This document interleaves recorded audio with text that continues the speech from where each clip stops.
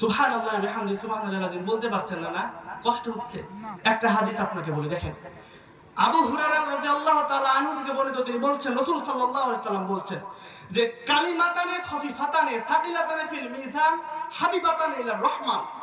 এই দুইটা বাক্য আমি যে দুটো আপনাকে বলবো, অন্য কোন বাক্যর এত বিষয়ে আল্লাহ রাসূল বলেন না। আল্লাহ রাসূল বলেন যে কালিমাতানে খফিফাতান, দুইটা বাক্য।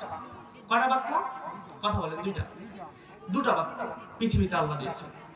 খফিফাতানে, যে দুটা বাক্য মুখে উচ্চারণ করা হয় খুবই হালকা। কেমন? খুবই হালকা। সাকিলাতানে ফিল মিজানে, কিয়ামতের মাঠে যখন আল্লাহ দাড়িপাল্লা নিয়ে বসবেন, আমল পরিমাপ করবেন, এই দুইটা বাক্য কিয়ামতের মাঠে আপনার নেকির পাল্লাকে অনেক বেশি ভারী করে। হাবিবাতানে ইলা রহমান, দয়াময়ের নিকটে এই দুইটা বাক্য খুবই বেশি প্রিয়। কার নিকটে? দয়াময়টাকে। কথা বলেন, দয়াময়টাকে? আল্লাহ। আল্লাহর নিকটে সবচেয়ে বেশি প্রিয় দুইটা বাক্য। বাক্য দুইটা কি জানেন? সুবহানাল্লাহি ওয়া বিহামদিহি, আরেকটা কি? সুবহানাল্লাহিল আযীম। এই দুইটা বাক্য বলার জন্য কি আপনার উযুর দরকার আছে? কথা বলেন।